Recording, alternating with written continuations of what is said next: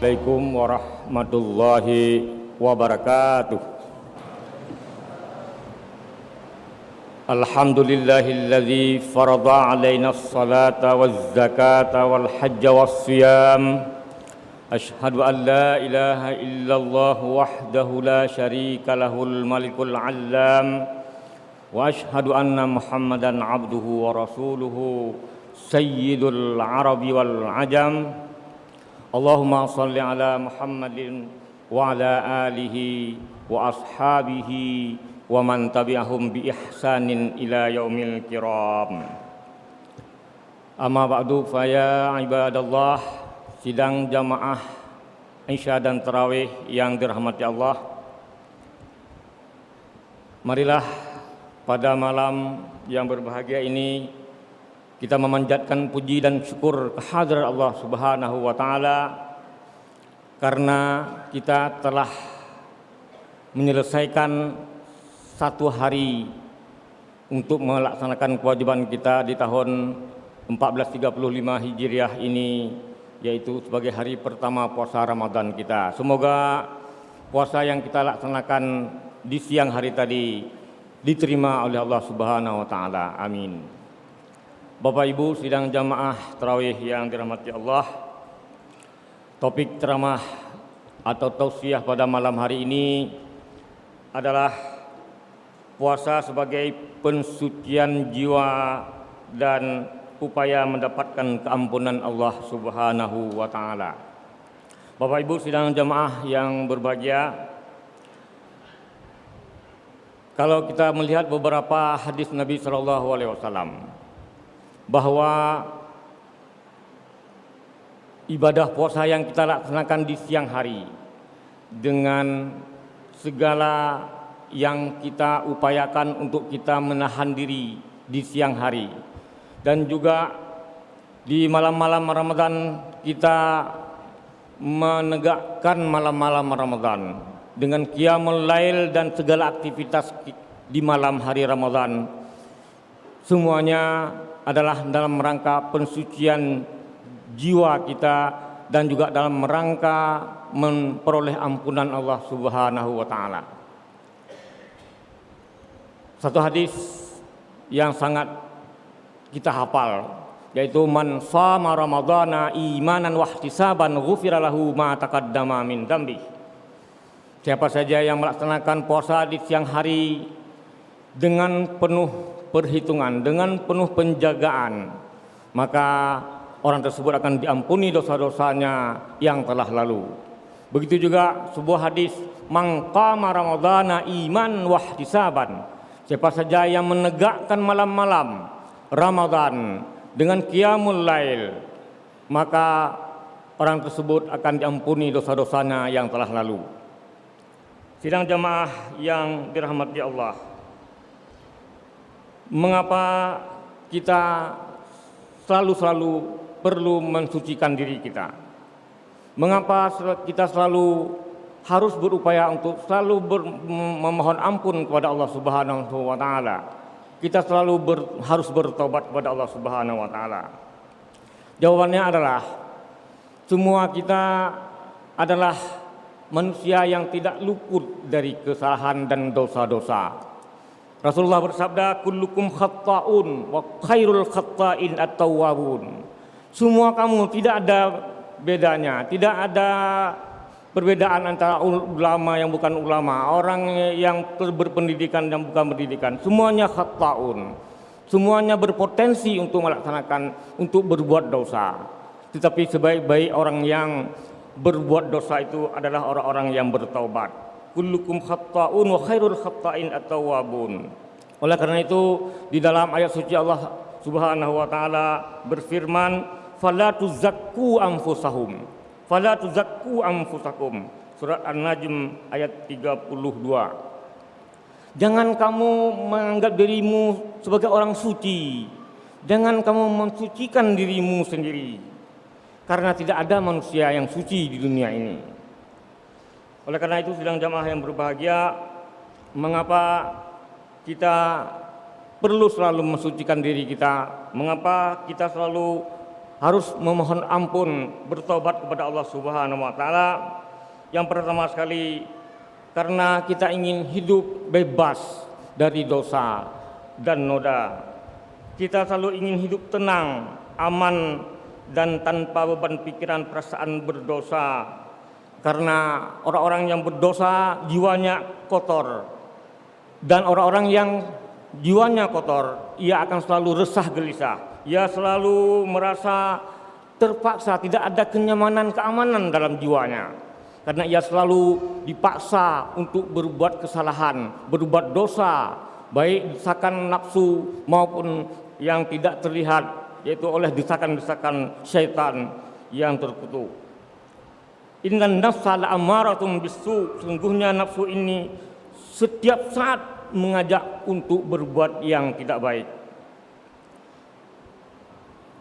Di antara nafsu, adakah nafsu yang menjurus orang untuk berbuat tidak baik atau untuk tergelincir orang kepada berbuat dosa adalah nafsu ingin memiliki harta benda sebanyak-banyaknya. Dalam sebuah hadis dikatakan, jika seseorang telah mendapatkan sebuah lembah emas, maka ia ingin kepada lembah emas yang kedua. Kalau lembah emas yang kedua pun dia peroleh di tangannya, maka dia akan ingin kepada lembah emas yang ketiga. Kapan dia hilang atau kapan dia tidak berakhir, kapan dia berakhir untuk tidak ingin memiliki harta benda sebanyak-banyaknya lagi, adalah pada saat ia telah disompel tanah ke dalam mulutnya alias meninggal dunia.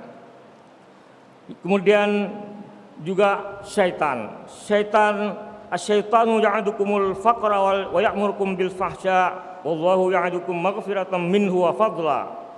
Syaitan ini selalu mengajak agar orang menjadi fakir.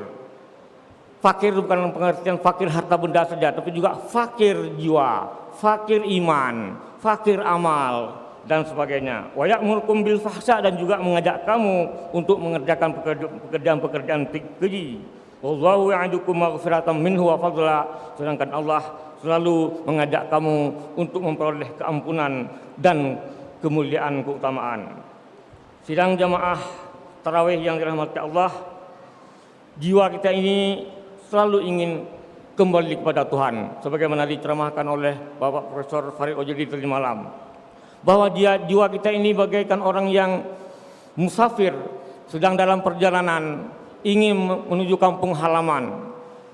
Selama di perantauan kita selalu rindu kampung. Begitu juga jiwa kita ini selalu ingin kembali kepada Allah. Karena jiwa kita manusia ini adalah berasal dari Allah. Inna lillah, kita berasal dari Allah, wa inna ilaihi raji'un, dan kita sudah pasti akan kembali kepada Allah Subhanahu wa taala. Oleh karena itu, jiwa yang selalu ingin kembali kepada Allah tentu saja tidak akan bisa kembali kepada Allah Subhanahu wa taala dalam keadaan kotor, dalam keadaan berlumuran dosa. Orang-orang yang penuh dengan dosa tentu saja dia akan sangat takut akan bertemu dengan Allah Subhanahu wa taala. Oleh karena itulah orang-orang, setiap kita diwajibkan untuk bertobat, dan hanya orang-orang yang bertobatlah yang sangat disenangi oleh Allah, yang sangat dirindukan untuk dapat berada di sisi Allah, yang sangat dirindukan agar orang tersebut akan selalu dekat dengan Allah Subhanahu wa taala. Sebagaimana Allah berfirman, "Innallaha yuhibbut tawwabin wa yuhibbul mutatahhirin." Sungguhnya Allah sangat mencintai orang-orang yang bertobat dan orang-orang yang selalu mensucikan dirinya. Allah sangat senang juga dengan orang-orang yang selalu bertakwa dan orang-orang yang berbuat baik. Innallaha ma'al ladzina taqaw wal ladzina hum muhsinun. Begitu juga orang-orang yang selalu akan berjumpa dengan Allah Subhanahu wa taala, maka tentu saja dia harus mempersiapkan segala amal baiknya, segala amal salehnya, dan harus selalu menghindarkan diri dari perbuatan mensekutukan Allah Subhanahu wa taala. Faman kana yarju liqa rabbih falyamal amalan shalihan wa la yusyrik bi ibadati rabbih ahada. Barang siapa yang ingin berjumpa dengan Allah Subhanahu wa taala, maka hendaklah ia mempersiapkan amal saleh dan ia tidak mensyarikatkan Allah dengan seorang hamba pun. Sidang jamaah yang berbahagia, Allah sangat senang, Allah sangat menginginkan agar kita semua hambanya untuk selalu beristighfar.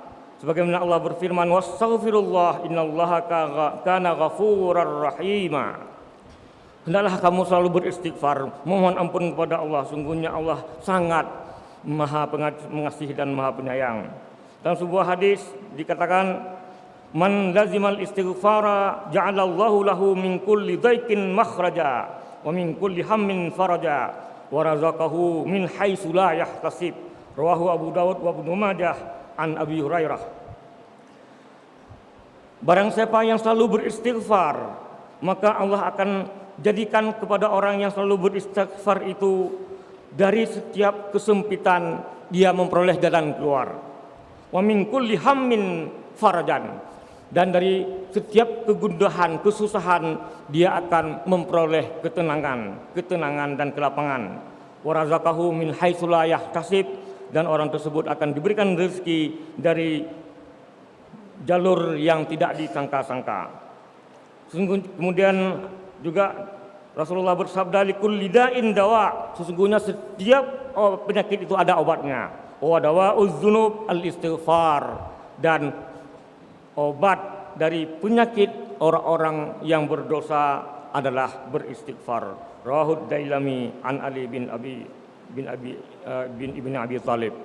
Sidang jamaah tarawih yang dirahmati Allah, oleh karena itu marilah dalam bulan Ramadan yang penuh mulia ini, dalam bulan Ramadan yang penuh keberkahan ini, dalam bulan Ramadan yang penuh ampunan ini, mari kita manfaatkan, mari kita menjaga segala yang harus kita jaga di dalam memperbaiki kualitas puasa kita di siang hari, dan juga kita menghidupkan malam-malam Ramadan dengan segala amal-amal yang telah disunnahkan oleh Rasulullah SAW, dengan qiyamul lail, salat tarawih, dengan tadarus Al-Quran, dengan mentadarus ilmu pengetahuan, dengan berbagai amal-amal yang lain baik di siang maupun di malam hari. Dengan demikian kita akan merasa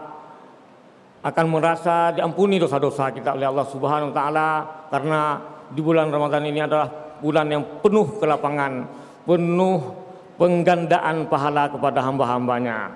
Mudah-mudahan tausiah tarawih di malam yang mulia ini ada manfaat dan menjadi pelajaran bagi penceramah sendiri dan juga kepada para hadirin jamaah tarawih sekalian. Barakallahu li wa lakum fil Qur'anil azim wa nafa'ani wa iyyakum bima fihi minal ayati wadh-dzikril hakim wa taqabbala minni wa minkum tilawatahu innahu huwal ghafurur rahim. Wassalamualaikum warahmatullahi wabarakatuh.